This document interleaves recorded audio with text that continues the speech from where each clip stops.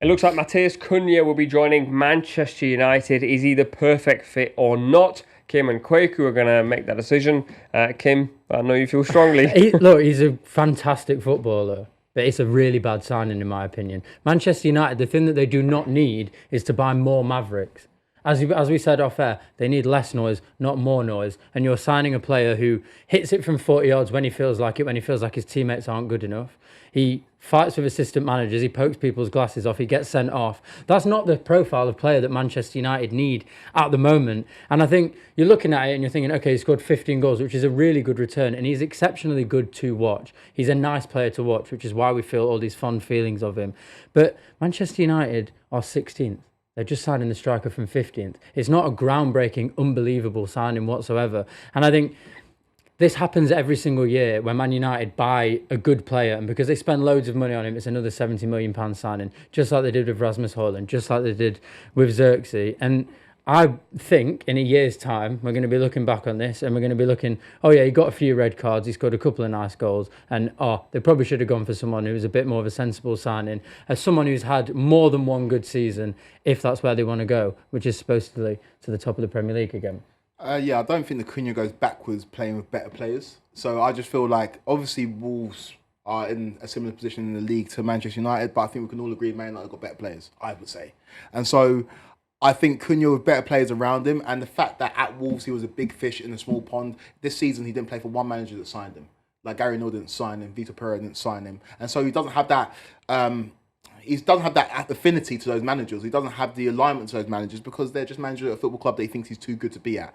I get what you're saying in terms of the attitude side of things, but I do think that comes down to big fish in small pond. I think he goes to Manchester United and he acts like that, he'll quickly be told by fans and by pundits and by everybody that this ain't your home. You know what's going to happen? He's going to go to Manchester United, the club he's dreamed of all his life. He's going to walk into Carrington. He's going to go, what is this? Am I playing Sunday League? He's going to look at the players around him who have all underperformed and will continue to underperform next year. And he's going to get just as frustrated as he is at Wolves now. It's not a huge step up to go to Manchester United now. I don't understand why players are still falling for it. I get it. There's a big name. You get paid a lot of money. But how is he going to improve, really? What do you mean in terms of play?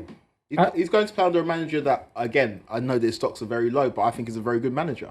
He's a manager that has improved players at our clubs he's been at. He's a manager that clearly wants Cunha because he's involved in the transfer process. And I don't see a player who scored 15 goals from an XG of 8.6 last season at a Wolves team that weren't very good, who sold their best players in the summer, Max Kilman and Pedro Neto, and he still gave you 15 goals and missed a bit of the season as well. I don't see how he goes to Manchester United and gets worse or the output goes down. I think he continues his trajectory, and I think he will be a very good signing for Manchester United. Is 15 goals this season good for a Man United striker if they want to be challenging? He's not a striker though. He's not a striker. I don't think he'll play number 9. I think he'll be one of those players behind the number. So behind they the need a number 9 as well. I'm not denying that. They need a number 9, and Liam Delap snubbed them. They were looking to go and get Liam Delap, and apparently he's going to Chelsea. But I think that Cunha, if he gives Manchester United 15 league goals next season, that'll be a very good year. I think the issue I have, and while I do think he's extremely talented, he also went to Atletico Madrid, had similar sort of issues that he's had at Wolves, but Wolves would tolerate it because he's their best player.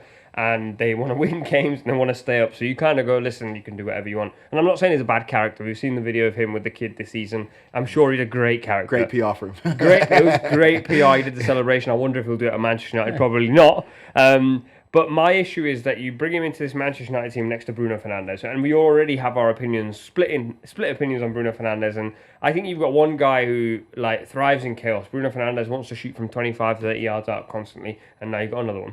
You've got two guys who I think occupy similar sort of spaces in terms of they want to drop in, receive the ball and do things that other players don't. The difference here is, and I remember watching Wolves against Manchester United at the start of the season, it might be the first game of the season, I was watching Cunha roam through the midfield and I thought, that's the power, that's the legs and the power they need in those central areas. The problem is, can these two coexist? Can you have two of these almost chaotic type footballers in the same team? Yeah. Or does one of them have to go? There's certain kind of lineages of football clubs, right? And I think when you look at Arsenal, you think about technically good players. I think when you look at Liverpool, they're more of an emotional football club. When it's Manchester United, it's personality. And there is no coincidence that the only player to succeed at Manchester United in the last 12 years since Fergie left, is a player with the biggest personality in Bruno Fernandez. I think big personalities thrive at Manchester United because no matter if you're 6th or 16th, you are getting talked about on Monday morning, right? And you're going to have to be able to deal with that. I think Rasmus Højlund has crumbled under that pressure and under that spotlight. I think that the other players Man United have signed that have crumbled under that spotlight. I think Matheus Cunha is welcome in that spotlight. If you're believing reports, apparently he's come and said, I want a certain shirt number. I think to succeed at this current incarnation of Manchester United, you have to have big personalities. They've got that in the manager. They've got that in their best player in Bruno Fernandez. I think they'll have that in a player like Matheus Cunha, who will welcome all the pressures that come with playing for such a big football club that are currently on their knees. I just disagree. I think, Bruno Fernandes has a big personality and has succeeded. So does Angel Di Maria. So does Edison Cavani. So does Falcao. So did Cristiano Ronaldo when he came back. And all of them failed because they all went to Manchester United expecting the Manchester United of 2008. And they walked through the doors and it hit them like a bombshell. And it's going to be the same with Cunha. He's going to be amazed at the lack of quality in the team, then the lack of quality in the team behind the pitch as well. But the players you named, Angel Di Maria coming down to Manchester United. Cristiano Ronaldo coming down to Manchester United. Cavani coming down to Manchester United. Falcao coming down to Manchester United. Cunha's going up. He's playing for a bigger team. Those players were... Di Maria came from Real Madrid.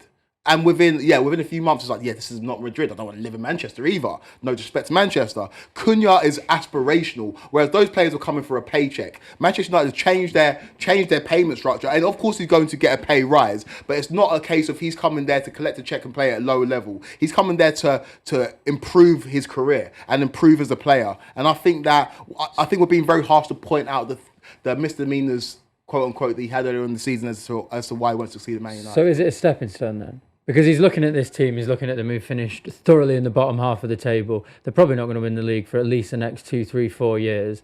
He's of a certain age now. Is he just looking at United as a stepping stone? Or is he thinking, I'm going to come and I'm going to win the league? I do think that, obviously, we are all obsessed with winning the league.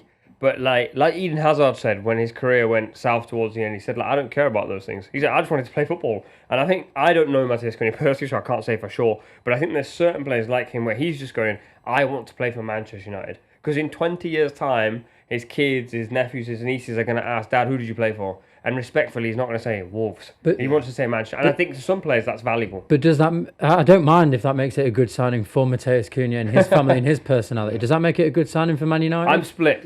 Someone who just wants to play because of the name of the club, which is basically every signing that they've had since Ferguson which you've left. Said for a long and time. Look at how it's worked out. Yeah, but so who should they sign? What type of players should they sign? I think we mentioned it off air. I think a player like Brian Mbeumo, who's done it in the Premier League at a better level and has done it for longer and doesn't... See, the thing is, I don't know Cunha personally, and I like that kind of player. I like that kind of maverick. But I think, as you mentioned, when it comes to Manchester United, that's probably not the profile of player that I think that they should be signing. They should be looking, if they're going to give Ruben Amorim keys to the kingdom, they should be looking at creating a team rather than signing an individual. And I think the Matheus Cunha signing is the signing of an individual. As much as I like him and like to watch him. My further issue to this and my final 2 cents on this is Manchester United spending 60+ million on Matheus Cunha, about 20 million in 4 seasons worth of instalments. Hilarious, by the way. Just to structure the deal. Then if they go and buy Mbeumo, who they are linked to, they will have spent 100 million on a 10 and a striker. They still need a midfielder. They still need a centre-back. They still need a right wing-back. And they might need a goalkeeper. I just think the priority list is becoming interesting and just seems a little bit chaotic.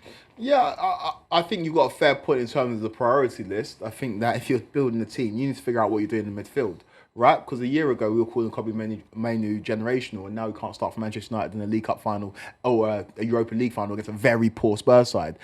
Who do you play in midfield? And I feel like that's where you should always start and then figure it out there. You can go and maybe do a little bit of scouting and find a player that gives you similar output to Cunha and bringing in for maybe half the price. But that's taking the risk that that player settles well in the Premier League. So I understand the priority thing. I actually agree with that.